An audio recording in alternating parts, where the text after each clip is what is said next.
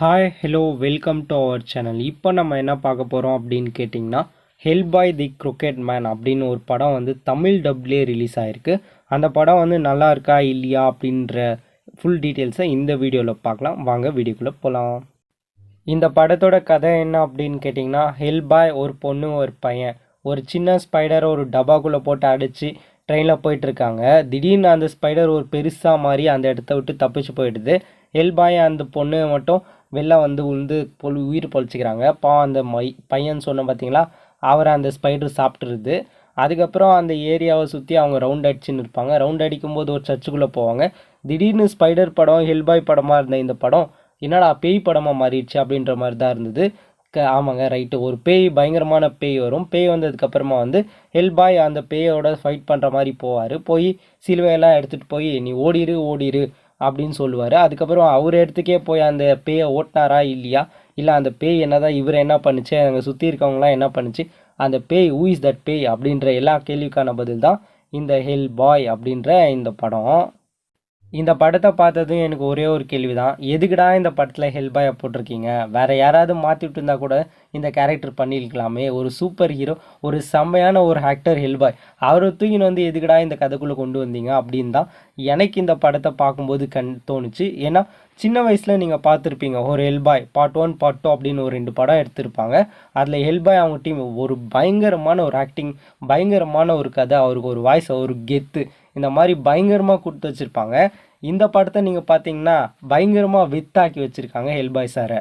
கெத்தாக இருந்த ஒரு ஹெல்பாய் அப்படின்ற கேரக்டரை வித்தாக மாற்றி வச்சிட்டாங்க. சின்ன வயசுலலாம் நீங்கள் அந்த படத்தை நாங்கள் பார்த்துருக்கோம். ஒரு பயங்கரமான ஒரு கேரக்டர், ஒரு பயங்கரமான ஒரு மனுஷன். ஹெல்பாயை பற்றி சொல்லணும் அப்படின்னா, அவர் கையில் இங்கேருந்து ஒரு குத்துனாருன்னா அந்த பக்கம் இருக்க டோர்லாம் பொந்துன்னு வரும். அந்தளவுக்கு ஒரு பயங்கரமான கோவக்காரன், பயங்கரமான ஒரு ஆக்டர் தான் ஹெல்பாய் அப்படின்றவர். இந்த படத்தில் வந்து ஹெல்பாய்க்கு வந்து ஒரு மாசினே இல்லை, எல்லாம் தமாசா மாற்றிட்டாங்க. ஹெல்பாய் அப்படின்ற ஒரு கேரக்டர் இந்த படத்தில் இருக்குது. அவர் சண்டை போடுறதில்ல, எதுவுமே பண்ணுறதில்ல, இருக்காரு, நடக்காரு, பேசுகிறாரு, பழகிறாரு, அவ்வளோதான். இந்த படத்தில் அவரை காட்டியிருக்காங்க. நீங்கள் சின்ன வயசுலலாம் பார்த்துருப்பீங்க ஹெல்பாய் பார்ட் 1 பார்ட் 2 இந்த 2 படமும் ஒரு தரமான படமாக இருக்கும். இதெல்லாம் பார்த்துட்டு ஹெல்பாய் சூப்பர்ப்பா, பயங்கரம்ப்பா அப்படின்னு நினச்சிலாம் இந்த படத்தை தயவு செஞ்சு ட்ரை பண்ணாதீங்க. ஏன்னா இந்த படத்தில் ஹெல்பாய் சாருக்கான ஒரு மாசினே இல்லை. படத்தில் இருக்கார் ஹெல்பாய் அப்படின்ற ஒரு கேரக்டர் இந்த படத்தில் இருக்குது. அவ்வளோதான் இந்த படம். உங்களுக்கு நீங்கள் வேணால் ஹெல்பாய் அப்படிலாம் பார்க்காம புதுசாக ஒரு படத்தை, ஒரு ஹாரர் படம் ட்ரை பண்ணுறீங்க அப்படின்னா தாராளமாக ட்ரை பண்ணுங்கள். ஆனால் கதை அதெல்லாம் எதுவுமே இந்த படத்தில் பெருசாக இருக்காது. ஹெல்பாய் சாரே பாவம், எதுக்கு தான் இந்த படத்தில் வச்சாங்கன்னு தெரில.